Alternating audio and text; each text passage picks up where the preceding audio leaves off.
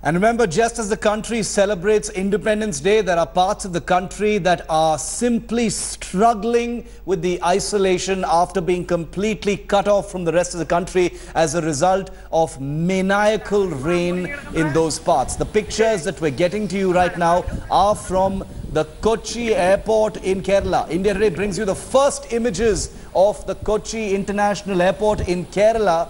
That's terrifyingly underwater. Operations have been shut down till Saturday due to torrential rain, as the operational area, the tarmac, the apron are fully flooded and aircraft simply cannot even think of operating from here for now.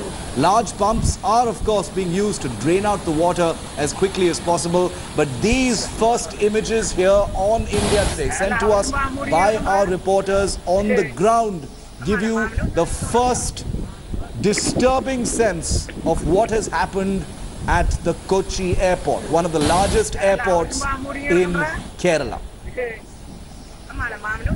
Okay, I want to bring in India Today's Nagarjun Dwarkanath for more on this story. Nagarjun, disturbing images from Kochi. We do know that there are no flights operating from there. The airport is non-functional at the moment.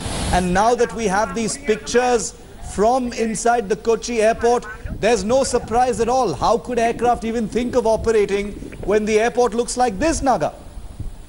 Well, definitely, Shiv. In fact, the visuals look scary, that an airport which is on the banks of the Periyar River is completely inundated and flooded. The river is flowing in danger levels, and the critical installations in the Cochin International Airport have been completely inundated or flooded. In the background of the visuals, you can see the standing on a tall ATC tower, which has not been touched, but the tarmac, the runways, the apron area has completely been flooded, which is also, we have to assess the damage once the airport becomes operation again. If there is any runway damage, then there will be again delays in operation. The Cochin airport was shut till this afternoon, but the river level kept increasing and it didn't want to risk take any risk. The immediate action was, after consultation with the airport authorities and through DGC and the Ministry of Civil Aviation, the airport took a decision to shut the airport till Saturday 2 p.m., extending it for next 3 to 4 days.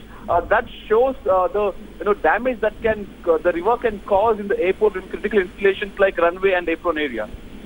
So these are disturbing images. Nagarjun, stay with me as I take our viewers once again through these pictures. Remember, operations and all flights in Kochi have been completely suspended till at least Saturday. This may actually continue for longer depending on the actual forecast. I want to tell our viewers also that Nagarjun is a qualified pilot, apart from being our correspondent in Bengaluru. He's been reporting extensively from Karnataka and Kerala during the monsoon. I just want you to explain to our viewers, Nagarjun, both as a pilot and a journalist, since you know what it's like, what kind of risks do aircraft and pilots run as a result of rainwater on the ground? Because up to what extent of water on the ground can aircraft actually land in? Because these pictures suggest that aircraft can definitely not land at this point of time.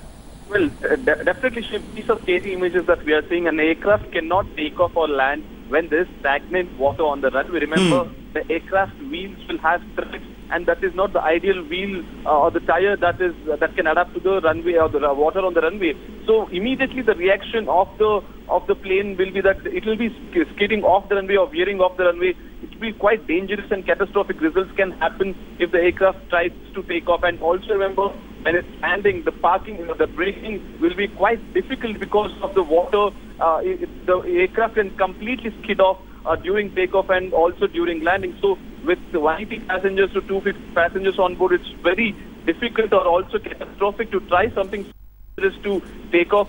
Even the airport operating in such a circumstances because a lot of wind shear while landing. There's heavy wind also blowing. If a small cloud burst hits the aircraft, even that is quite difficult. Not only the airport, the vicinity around the airport also looks dangerous. The overcast clouds looks also dangerous. So taking everything into consideration, the landing, the takeoff, braking, and also skidding on the runway, the airport authorities took a conscious call that the airport will have to shut or non-operational for next 4 days.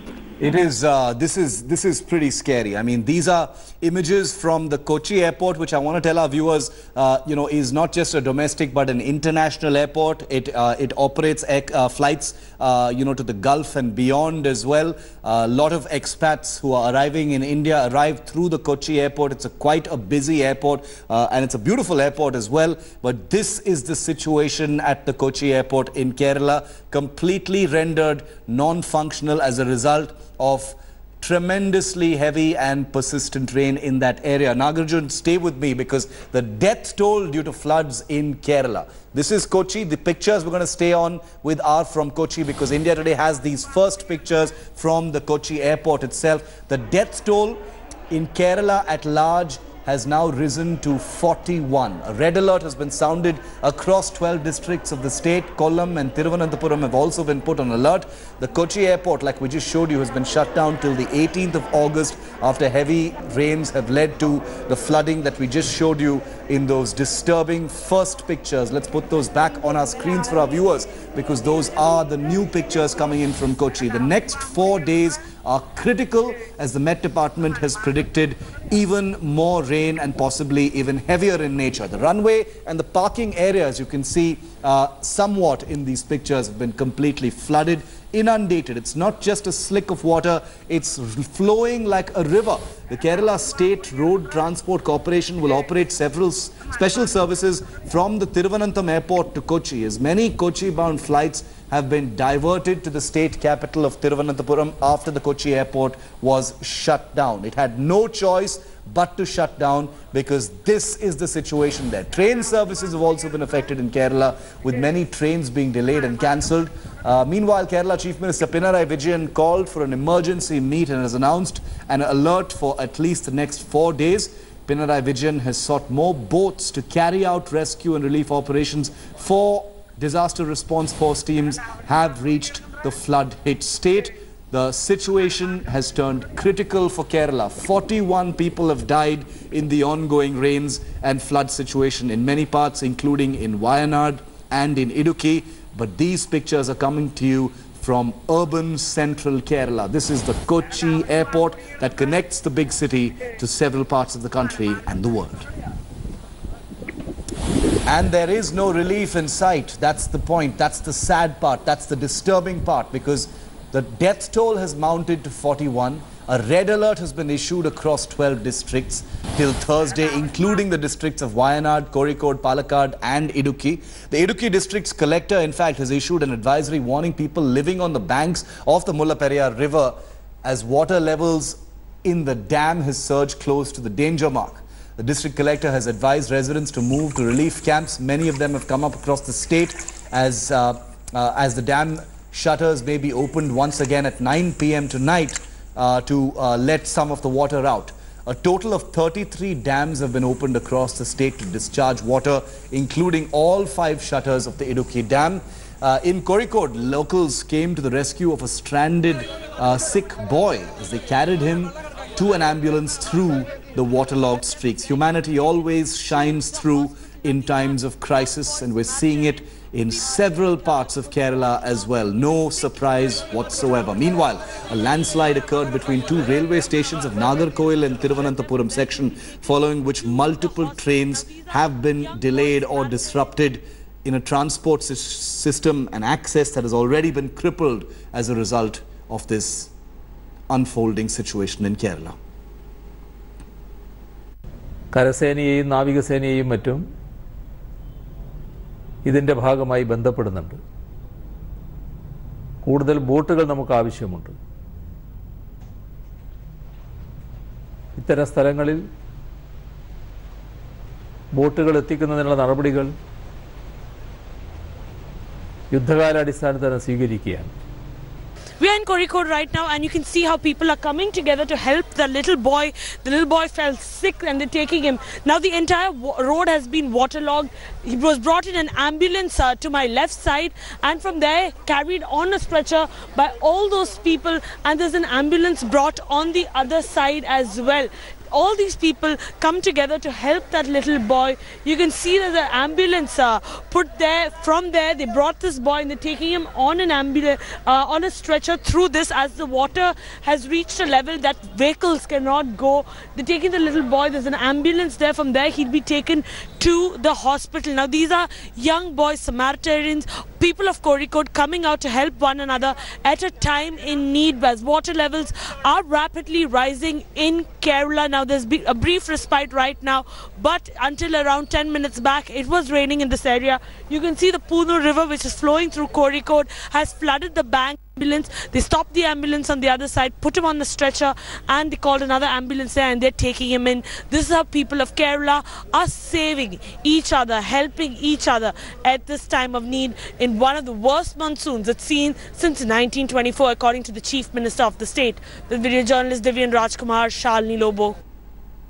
Well, as the rain continues to lash coastal Kerala, the Karnataka coast has also been decimated by flooding and rain. Karnataka's Chief Minister has directed district commissioners to be on high alert in the rain-hit districts, which include Dakshina Kannada, Kodagu as well as Udupi. Chief Minister H.D. Kumaraswamy has directed the district collectors of 6 districts, including Chikmagalur and Shivamogga districts, to be on high alert and to prepare for relief work. Meanwhile, roads have turned into rivers in Mangaluru, Kodagu and other low-lying areas. Water has entered into several houses in Karnataka's Shivamogga, where civil defense personnel rescued residents from their homes. Karnataka State Road Transport Corporation has cancelled its premium services between Bengaluru and Mangaluru.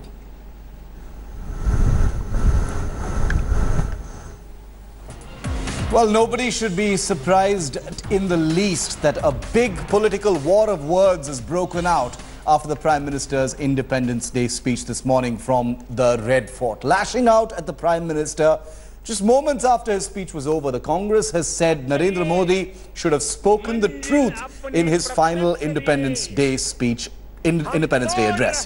The Congress has accused Prime Minister Modi of making a shallow speech and questioned his silence on issues such as corruption, mob killings and Chinese incursions.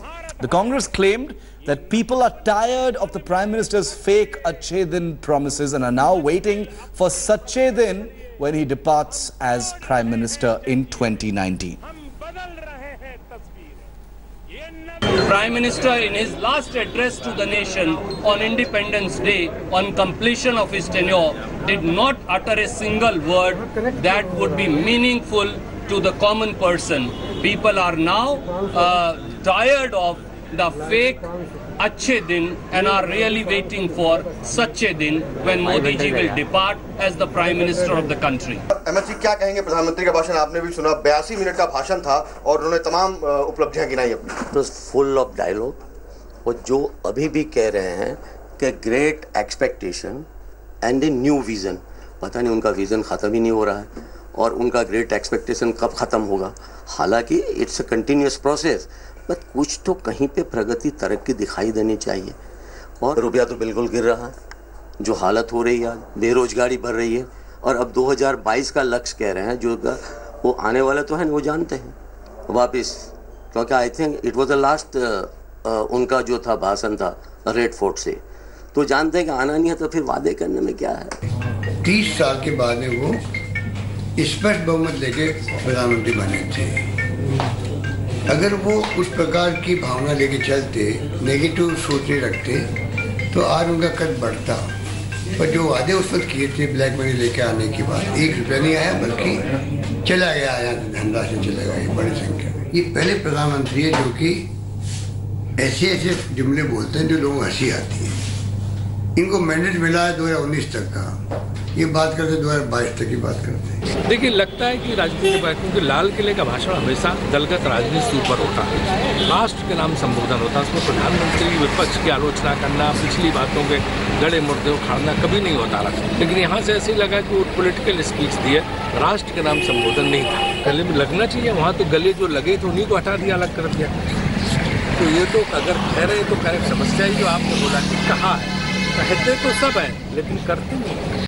So, considering we're only a few months away now from the next national election. This was always going to become a political hot potato, and it in fact has. Take a look at the complaints, the attacks mounted by the Congress party on Prime Minister Modi and the BJP over this Independence Day speech. Complaint number 1, not a single word on corruption in the Prime Minister's speech. Complaint number 2, promised fake Achhe Din, waiting for Sache Din, says the Congress. Complaint number 3, Prime Minister has mandate till 2019, but he's been talking of 2022. Why is he talking about 2022, wonders the Congress. Number 4, why is the Prime Minister silent on mob killings and Chinese incursions? Two things that the Congress has been using to attack the government in the recent weeks. And number 5, the BJP has dismissed those who wanted to work together in Jammu and Kashmir. So J&K, which is actually an issue the Prime Minister touched upon, is also something that the Congress is flinging back in the Prime Minister's face. Joining me live right now on a face-off, and gentlemen, I want to take the issues one by one so we don't have to talk to each other, talk over each other, but to each other. Amit Malviya, spokesperson of the BJP, Charan Singh Sapra of the Congress party. Charan, I want to come to you first. The final Independence Day speech before the 2019 election, the Congress is calling it simply the final Independence Day speech, and leaving that last bit out. What is your principal complaint? I mean, you've had an aggressive series of attacks, issue-based attacks against the Prime Minister in the recent past. But is the Congress nitpicking now? The Independence Day speech from the Red Fort is supposed to be about a larger vision. What principally is the Congress's complaint?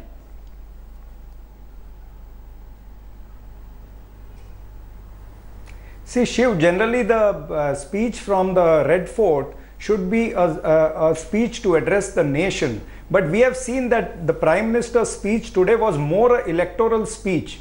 Today he has proved that he is less a Prime Minister and more a Prachar Mantri. Pradhan Mantri hai ya Prachar Mantri hai, so he has proved he is a Prachar Mantri. Issue is that he deliberately, he deliberately did not take up certain issues like the falling rupee, the failing economy, the flop development. Then he did not touch the issue of defense preparedness of India.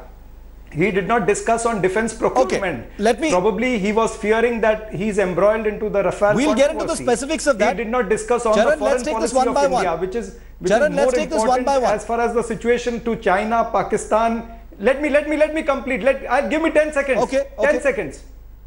See, let me complete this point. Okay. See, he did not discuss on the foreign policy, which is very important with regard to China, Pakistan, Bangladesh, Nepal, and even UK. There is a referendum call 2020 from UK. The voices are emerging from UK. So, Prime Minister did not think that it's important to discuss all this. Understood. Okay, point made. Let's get a response. Balochistan from the same Red Fort. Let's get a response. Since 2 years, he has kept quiet. Let's go one by one, issue by issue, and then we can discuss each of those threadbare in the limited time that we have. Okay. On the one hand, one wonders why the Prime Minister would deal with some of the issues that you've named, including the Rafale deal, which is already under discussion. Also, the incursions that have been coming in from China. Amit Malviya, the Congress says this was a Prachar Mantri, not a Pradhan Mantri. The direct allegation is that this was an election rally speech, not an Independence Day speech, and therefore not befitting of a leader of the country. Amit Malviya, respond.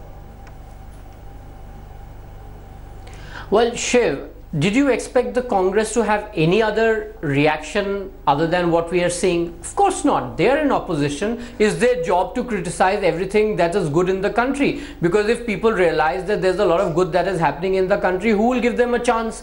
Anyway, in the last 4.5 years, they have been relegated by the people, and therefore it is playing on their minds. So let's not grudge the Congress party their opposition or their critique of the Prime Minister's speech, because that's their job. Now, how shallow it is or how substantial it is something that the people will decide. But I want to come to the more important and substantive things that the Prime Minister said, Shiv. This is the speech of a leader who is speaking to his countrymen, who is telling them what he has done in the last 4.5 years. He is somebody who's giving them their report cards, saying how he has changed the scale of his governance, how he has changed the landscape of India per se. He's talking about the empowerment that he's brought about to the poorest of the poorest. When he talks about building toilets or about opening Jan Dhan accounts or Make in India, Made in India, Stand Up, Startup, Mudra, he's talking about people who have so far not got an opportunity to get into the mainstream of economic activity. Now, there are about 22 crore beneficiaries of this government. Shiv, just 1 minute please, just 1 minute, right? As far as the other issues are concerned, you see, the Prime Minister has a limited amount of time for his address. He has been giving several interviews, including the one on Sunday which appeared in Times of India, then in Hindustan Times and in Jagran, several publications in the south, several publications in the east. He's communicating to the people of this country. He's given his view on everything that he's done, from labor reform to higher education reform to insolvency and bankruptcy code, on lynching and everything else that people have been asking about. He is aware and conscious of the issues of the country, and this was a report card. This was the Prime Minister talking to the people of India. I know you want to answer specifically on that, but take my bigger question, Charan, because I want to try and guide the debate just a little bit. Is the Congress feeling a little defensive right now? Because as we have analyzed and people have analyzed, Charan, that the Prime Minister's speech was almost overwhelmingly about the poor of India, about the poor classes and about schemes for them and about the things that have been done for the poor classes of India. Is the Congress choosing not to acknowledge that and instead attack the Modi government for not talking about the Chinese and about the UK and about the Rafale? Is the Congress feeling defensive that the poor have been given so much attention in this speech, Charan?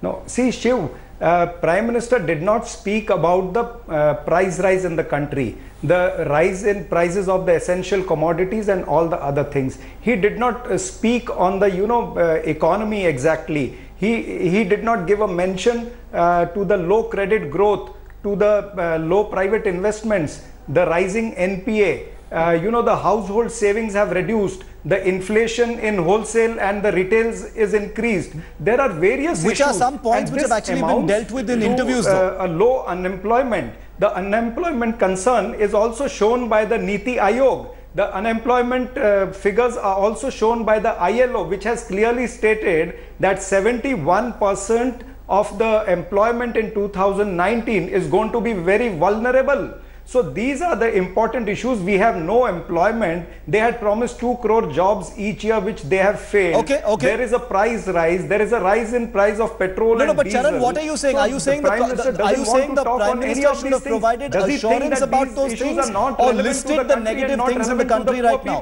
What are you saying? Should the Prime Minister have provided assurance or listed these things? Because which Prime Minister would list the problems facing the country at this time in an Independence Day address?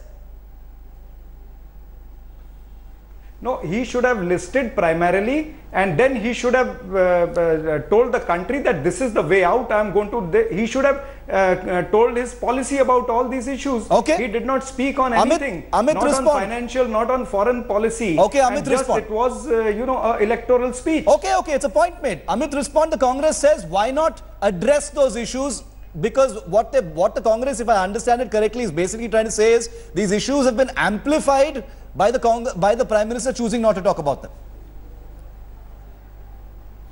Well, Shiv, first of all, the Congress spokesperson made a lot of misleading and false allegations. He has just put out a laundry list of issues that anybody in the opposition would say. For example, he says prices have risen. I want to tell your viewers that under the GST program, 400 essential items are now taxed at 0%. Whereas under the UPA, even stationery, which is used by every kid going to school, was charged at 33%. So let them not talk out of their hat. If there's something intelligent to say, they should tell the people. Let there be a legitimate criticism. But the fact is, if they continue to lie, then their credibility lies in tatters. As far as Rafale is concerned, as far as other issues are concerned, the defense minister has spoken on the floor of the House. Can I come in for 20 seconds? Insist on repeating a lie 1,000 times. Speaking about the Rafale, I want to raise that point. But Shiv, Shiv, please, the important issue here is that the Prime Minister in the last 1 week has been speaking to the people of this country.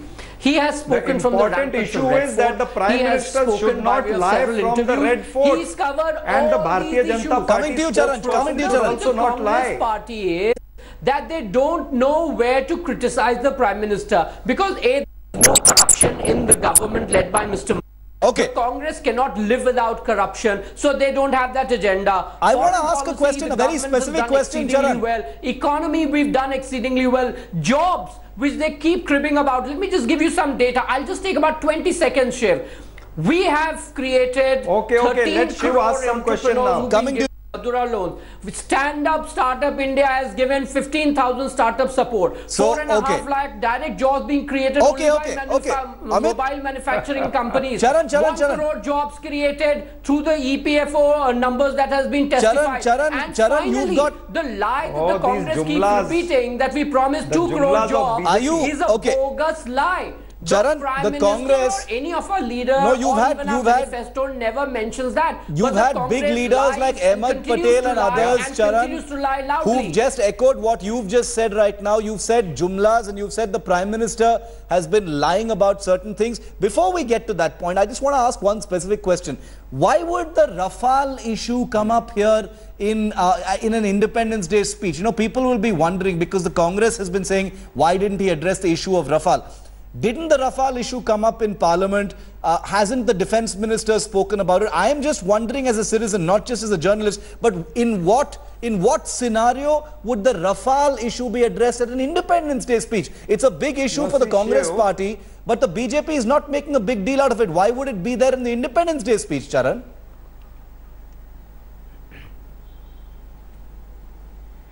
Shiv, you just heard me what I said. I said Prime Minister did not discuss the defense preparedness of the country and the defense procurement which this government is going to make. This is the primarily thing which I mentioned. The Rafale deal, I just gave a jointer to that. Okay, fair enough. That probably he did not want to discuss this from Red Fort because he's embroiled into a controversy of Rafale deal. I'm not saying that the Rafale deal should be discussed from Red Fort, but I'm saying why the Prime Minister did not discuss the defense preparedness. That's probably he's afraid that of is a the serious already point embroiled and a serious controversy. allegation.